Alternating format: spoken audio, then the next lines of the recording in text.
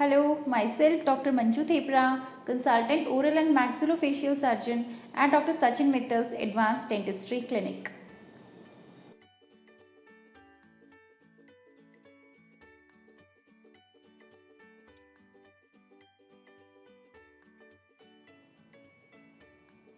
तो आज के इस टॉपिक में मैं आप सबको मुंह के छाले माउथ अल्सर्स के बारे में कुछ बताना चाहती हूँ। मुंह के छाले मतलब मुंह के अंदर लाल, हल्के सफ़ेद या हल्के पीले रंग के घावों का बन जाना, जिससे हमें बोलने में, बात करने में व खाने में परेशानी हो सकती है। यूजुअली मुंह के छाले मुंह के किसी भी एरिया में बन सकते हैं, but most commonly it involves जैसे हमारे तालू पर हो गए हैं, जीभ के ऊपर वाले पोर्शन या नीचे वाले एरिया में बन सकते हैं, या हमारी गाल के अंदर वाले एरिया में बन सकते हैं। छाले बनने के अनेक कारण हो सकते हैं, जिनमें से मोस्ट कॉमन स्ट्रेस हो सकता है। मतलब कोई बहुत लंबे समय से किसी प्रकार की टेंशन रख रहा है तो उसकी वजह से हार्मोनल चेंजेस होंगे और उसके मुंह के अंदर छाले बन सकते हैं। और दूसरे कारणों में हम और भी कारण समझ सकते हैं, जैसे मान लीजिए कोई बहुत लंबे समय से प्लेट पहन रहा है या उसका कोई दांत बहुत ही शार्प है, तो उसकी कंटिन्यूअस चुभन से भी हमारे मुंह के अंदर छाले बन सकते हैं। इसके अलावा मान लीजिए हमने कोई नई कोलगेट यूज़ करी है या कोई नया माउथ वॉश हमने यूज़ किया है, तो उसकी वजह से भी हमारे मुंह के अंदर अल्सर्स बन सकते हैं। या फिर मान लीजिए हमने किसी कारणवश ब्रूफिन नाम की एक टैबलेट, जो यूजुअली सबके घरों में अवेलेबल होती है, वो अगर हम ले रहे हैं तो उसका भी एक रिएक्शनरी पार्ट हो सकता है, जिसकी वजह से मुंह के अंदर छाले बन सकते हैं।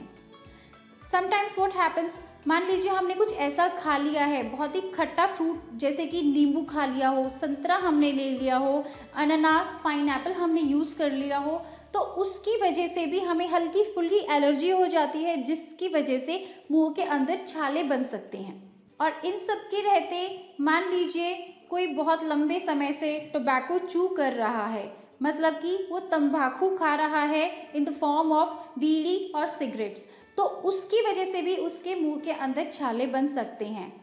तो ये तो थे कुछ बहुत ही कॉमन से साधारण से कारण। इनके अलावा कभी कभी क्या होता है कि किसी मरीज़ को कोई अंडरलाइंग डिजीज़ हो सकती है, कोई अंदरूनी शारीरिक बीमारी हो सकती है, जिसकी वजह से उसके मुंह के अंदर छाले हो सकते हैं। तो इन कारणों के साथ हमें ये चीज़ को ध्यान में रखना है कि यह छाला कितने समय तक रह रहा है, अपने आप ठीक हो पा रहा है कि नहीं, अदरवाइज़ हमें अपने डॉक्टर को कंसल्ट करना है। बहुत बार क्या होता है कि मरीज़ हमारे पास आता है मुंह के छाले के साथ, और उनकी सबसे मोस्ट कॉमन जो उनकी क्वेरी होती है कि डॉक्टर साहब कहीं ये छाला कैंसर तो नहीं है। तो हम सबसे पहले तो इस स्टेज पर कुछ नहीं कहना चाहेंगे। मतलब अल्सर और जो कैंसर का अल्सर है, दोनों में बहुत फ़र्क होता है। तो इस फ़र्क को हम अपने घर में भी नोटिस कर सकते हैं। जैसे कि जो नॉर्मल सा अल्सर, जो मुंह का छाला होगा, वो जैसे मैंने अभी पहले भी बताया था कि वो हल्का लाल रंग का या हल्का पीले रंग का एक घाव सा बना होगा, जबकि जो कैंसर का छाला होगा उसके अंदर मिक्स्ड कलर्स होंगे, मतलब कि लाल सफ़ेद दोनों मिक्स्ड कलर के पैचेस बने होंगे, चकत्ते से जमे हुए होंगे। तो ये वाला हमारा दिखाएगा कि वो एक कैंसर का छाला हो सकता है।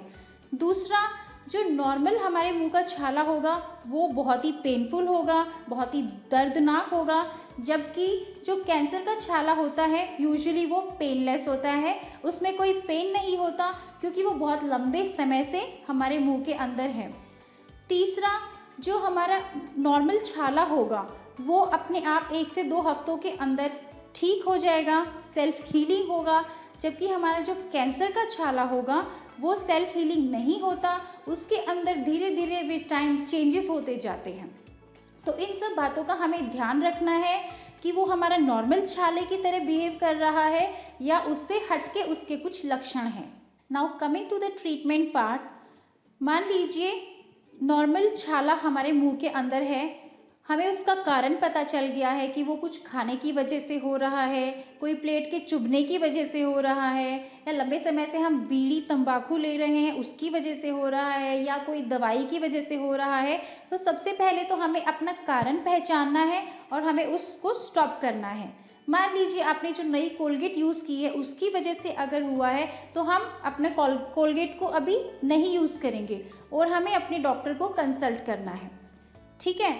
इसके अलावा हम कुछ क्रीम्स जो ओवर द कंटूर अवेलेबल होती हैं, जैसे म्यूकोपेन हो गई है, रेक्सिडिन M4 हो गई है, कोई केनाकॉर्ट हो गई है, तो ये हमें कोई भी सलाह हम किसी की लेकर यूज़ कर सकते हैं, बट हमें इन चीज़ों का ध्यान रखना है कि ये विदिन अ वीक और 2 ये ठीक हो रही है या नहीं। इन केस ठीक नहीं हो रही है तो हमें अपने डॉक्टर को कंसल्ट करना है। इसी के साथ हम विटामिन B कॉम्प्लेक्स खा सकते हैं, जिससे कि हमारे छालों में जल्दी और महत्वपूर्ण आराम मिलेगा। So at the end I would like to say कि हर छाला कैंसर नहीं होता है, बट हर छाला इतना साधारण भी नहीं होता है कि हम उस पर गौर ना करें। इसलिए हमें अपने छालों को ध्यान में रखते हुए, उनकी प्रोग्रेस को ध्यान में रखते हुए अपने डॉक्टर की सलाह लेनी ज़रूरी है। Thank you so much.